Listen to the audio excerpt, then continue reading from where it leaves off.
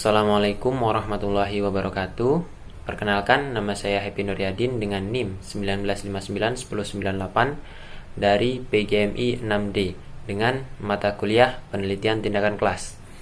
Nah, kali ini saya dari kelompok 9 akan menerangkan atau mempresentasikan makalah kami dengan tema analisis data.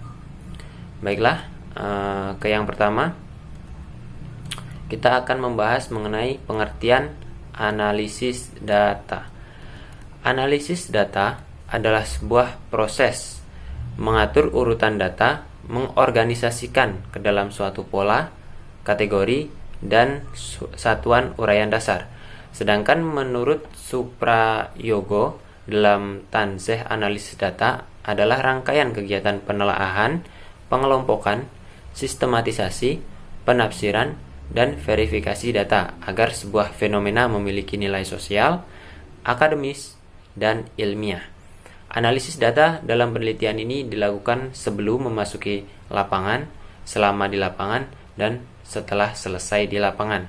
Jadi analisis data tidak dilakukan hanya dalam satu waktu saja, tetapi berproses mulai dari saat mau memasuki atau sebelum memasuki, kemudian selama di lapangan, dan setelah selesai di lapangan. Itu diadakan analisis data.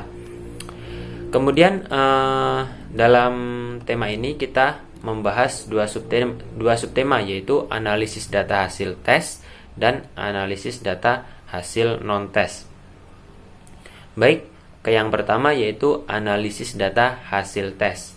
Nah, analisis data hasil tes itu yang pertama menghitung skor pretest dan post-test. Kemudian yang kedua, menentukan rata-rata skor pretest dan post-test. Yang ketiga, peningkatan kemampuan pemahaman siswa setelah belajar dengan pendekatan keterampilan proses yang diperoleh dengan menghitung gain dengan menggunakan rumus yang telah dicantumkan. Kemudian yang selanjutnya, melakukan uji prasyarat. Uji prasyarat merupakan pengujian awal yang diperlukan untuk menentukan apakah pengujian hipotesis dilakukan dengan uji statistik, parametrik, atau non-parametrik. Ujian prasyarat yang dilakukan adalah uji normalitas dan uji homogenitas. Kemudian yang selanjutnya yaitu uji hipotesis.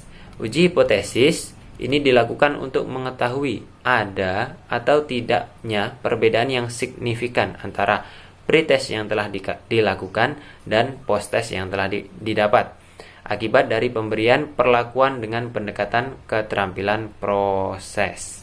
Jadi analisis hipotesis ini dilakukan untuk menentukan apakah ada sesuatu perbedaan atau suatu perbedaan yang signifikan antara pretest dan post-test yang telah dilakukan. Baik, kemudian yang selanjutnya yaitu analisis data non-test. Nah, data non-test itu dapat diperoleh melalui observasi kelas, respon siswa terhadap proses pembelajaran, dan angket. Data yang diperoleh kemudian dianalisis untuk dijawab rumusan masalah yang telah diajukan. Untuk menjawab rumusan masalah yang telah diajukan maksudnya. Oke, yang pertama ada analisis data observasi kelas. Observasi kelas mengacu pada lembar observasi berupa daftar isian yang telah diisi oleh observer. Biasanya observer ini adalah siswa selama pembelajaran berlangsung di kelas. Kemudian lembar observasi ini digunakan untuk mengamati secara langsung aktivitas dari pembelajaran yang telah dilakukan guru dan siswa, sehingga dapat diketahui gambaran secara umum dari pembelajaran yang telah terjadi. Jadi observasi kelas ini dilakukan datanya untuk memperoleh gambaran secara umum dalam pembelajaran yang telah terjadi di kelas yang dilakukan oleh guru dan siswa. Kemudian yang selanjutnya yaitu analisis respon. Siswa terhadap respon pembelajaran data yang terkumpul dipisahkan mana yang termasuk ke dalam respon positif dan respon negatif. Dan dalam analisis respon ini ada dua, dapat diketahui respon secara positif maupun respon secara negatifnya, sehingga diketahui respon siswa terhadap pembelajaran tersebut menggunakan proses pembelajaran tersebut dengan menggunakan pendekatan keterampilan proses setelah pembelajaran. Kemudian yang selanjutnya, yang selanjutnya yaitu analisis angket. Dalam penelitian ini ada 2 buah kelompok pernyataan dalam angket. Angket itu biasanya berisi sebuah pernyataan. Nah, pernyataan tersebut bisa berupa pernyataan positif maupun pernyataan negatif. Baik, yang terakhir yaitu kesimpulan dari makalah. Kesimpulan makalah yaitu analisis data adalah proses mengatur urutan data,